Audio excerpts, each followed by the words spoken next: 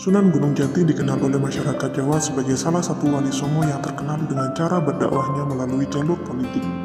Beliau lahir pada tahun 1448 dari pasangan Syarif Abdullah Umdatuddin bin Ali Nurul Alam dengan Nyai Rara Santang yang merupakan putri dari Sri Baduga Maharaja Prabu Siliwangi. Berlatarkan kehidupan kerajaan, Sunan Gunung Jati memiliki keahlian dalam berpolitik yang beliau manfaatkan dalam menyebarkan dakwah kepada masyarakat di Pulau Jawa, khususnya Jawa Tengah dan Jawa Barat. Sunan Gunung Jati memiliki nama asli Sultan Syarif Hidayatullah Al-Azmat Khan yang lebih dikenal sebagai Syarif Hidayatullah. Selama masa berdakwahnya, beliau tetap dipanggil dengan nama Syarif Hidayatullah atau Sultan Cirebon karena beliau menjabat sebagai Sultan kedua di Cirebon pada masa itu. Lantas, dari mana datangnya sebutan nama Sunan Gunung Jati? Berbeda dengan sunan-sunan lainnya yang mendapatkan julukan pada masa berdakwahnya, penamaan Sunan Gunung Jati ini ada setelah beliau wafat. Setelah wafat, beliau dimakamkan di Bukit Gunung Jati yang ada di Cirebon.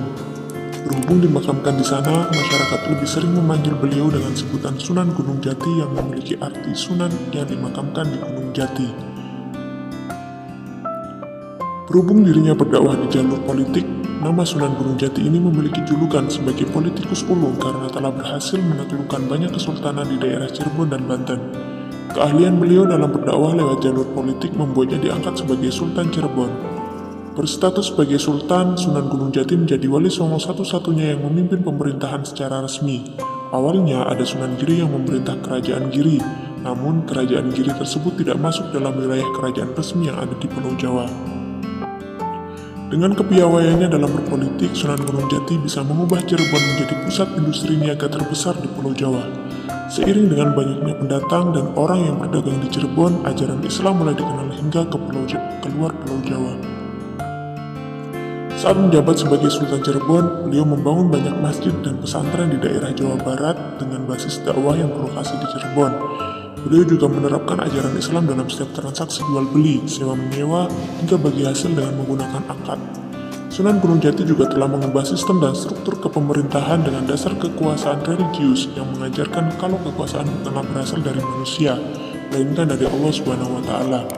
Ajaran ini membuat pemerintahan yang dijalankan bisa terhindar dari hal-hal buruk atau sifat tidak terpuji yang dilakukan oleh pemegang kekuasaan.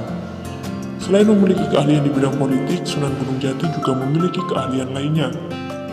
Tercatat ada 4 keahlian utama yang dimilikinya, yaitu 1. Ahli pendidikan.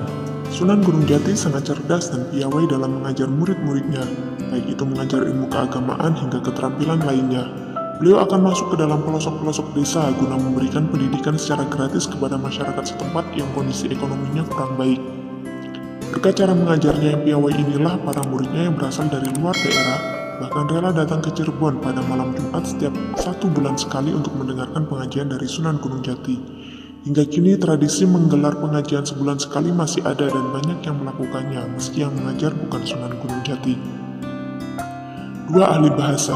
Sunan Gunung Jati sangat lihai dalam berbahasa, tak hanya bahasa daerah saja tapi juga bahasa asing. Diketahui beliau telah menguasai hingga 99 bahasa. Hal ini dikarenakan beliau merasa harus menguasai bahasa lain supaya memudahkan dalam berkomunikasi, berdakwah, hingga membuat kesepakatan politik nantinya dengan pihak lain. Yang ketiga adalah ahli ilmu kedokteran. Salah satu keahlian yang dimiliki oleh Sunan Gunung Jati adalah ilmu kedokteran. Beliau memiliki keterampilan dalam dunia medis, mulai dari mengetahui penyakit seseorang dengan gejala-gejala yang dimilikinya hingga bagaimana cara pengobatan yang harus dilakukan. Konon ada yang menceritakan kalau beliau pernah bertemu pasangan suami istri yang berselisih paham mengenai perut istrinya yang besar. Sang suami mengatakan kalau istrinya hamil, sementara sang istri mengatakan kalau dirinya tidak hamil.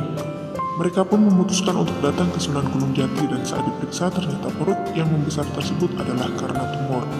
Setelah mengetahui adanya tumor dalam perut tersebut, Sunan Gunung Jati mengeluarkan tumor tersebut tanpa operasi bedah.